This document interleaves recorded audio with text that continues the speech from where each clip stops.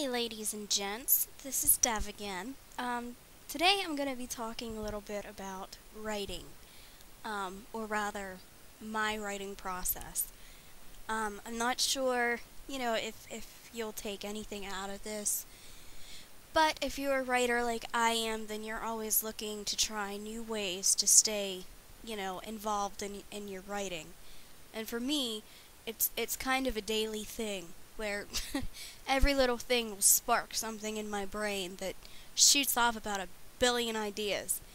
The problem is taking those little sparks and turning them into manipulating them into something that you'll be able to use.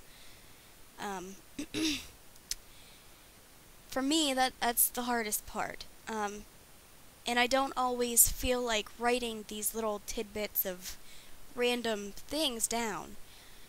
But I found that when I carry a little notebook with me, and I'm sure that you've heard this before, and just jot them down, especially, and I cannot emphasize this enough, especially to have one on your nightstand, because I can't begin to tell you how many times the perfect sentence or the best opening line.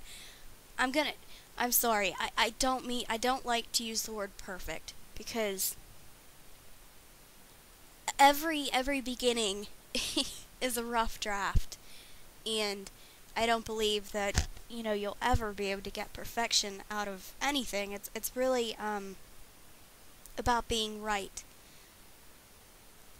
And I actually recently stumbled upon Chuck Wendig, or I'm pretty sure that's how you pronounce his name, but I'm not sure. So sorry if you happen to watch this, Chuck. Sorry if I'm mispronouncing your name, but he really struck a lot of chords with me, and I took a lot from it. But like Chuck says often, there is no such thing as getting perfection.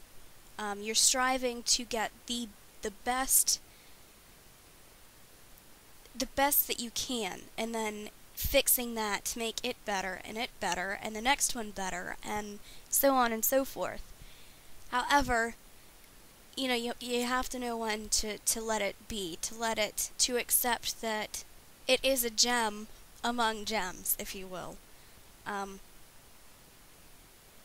But yeah, back to my writing process. Typically, when I am beginning to form an idea, I like to make note cards. And I'm not going to say that this has helped me so frickin' well, because I'm an overthinker. I think over things too much. I get myself wrapped into the little details that really don't matter much to the story. For me, I like to make them kind of vague, because I know that I'll be adding on to it as I write. And I'm sure that you will too. But having note cards with the skeleton, if you will, the frame, the backbone of your story, of your novel, of your poem, whatever, it's a really good idea, because it's kind of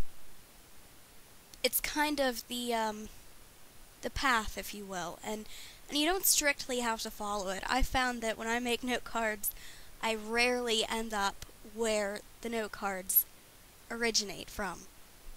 So there's really no right or wrong way to do it. Just continue to write in your little notebook, little things that jump out at you, and the note cards, that's my basis. That's where I start. And from then, I sponge off of those very vague, very not necessarily bland, but very bare ideas. And I think that you need those to move along, to kind of give you an idea as to where you're going. And if you're anything like I am, then you will not end where you thought that you were gonna go, where you were gonna take it. I never have that happen for me. I don't know if, I have ADD going on, or if I put too much feeling involved in the creative freedom. I like to take my creativity where it will. I like to let it lead me. However, another thing that I found is you really have to force yourself to stay disciplined. You have to commit to whatever you're undertaking. This is a real struggle for me because I don't feel like writing every day. But I found that once I get into a pattern, kind of like, going on walks or whatever. I'm sure that many of you are familiar with, losing weight or trying to be fit, be healthy. And it's kind of like that. You have to really get it through your head that this is something that has to be done every day, and eventually, when you've done it for a while, it'll be second nature. I also recommend using writing prompts. Not necessarily to work on your piece, but to write maybe a paragraph, to find writing prompts and to write a paragraph about whatever the prompt is. If you stick with that, then you'll get your creative juices flowing and you're good to go.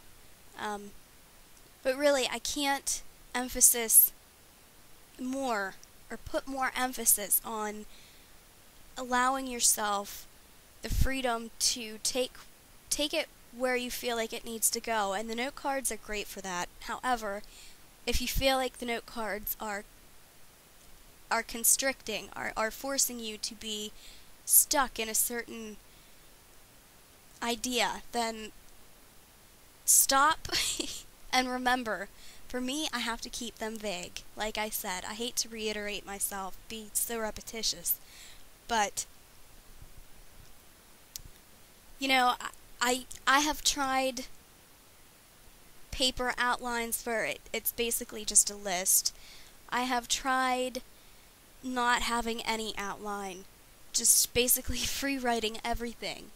And finally, I stumbled upon several places, and you can even Google using note cards to outline, and there's several, if not hundreds, thousands of ideas.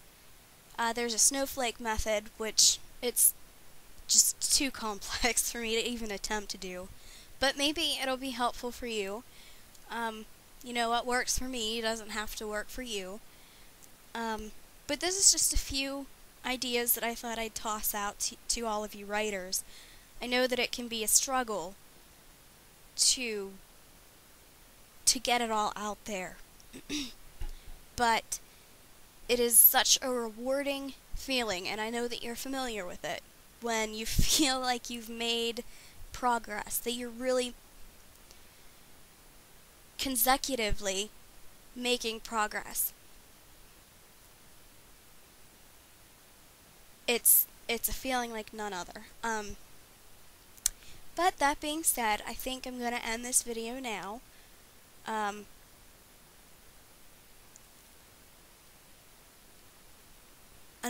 Another thing, this photo I found on Google, I just typed in writing.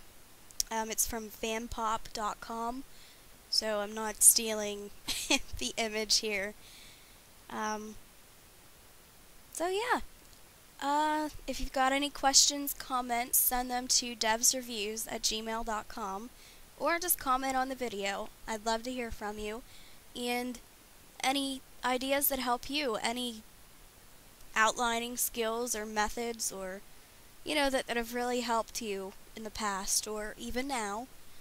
I'm always open to hear ideas regarding that, and I wish you the best. Happy writing and happy reading. Bye!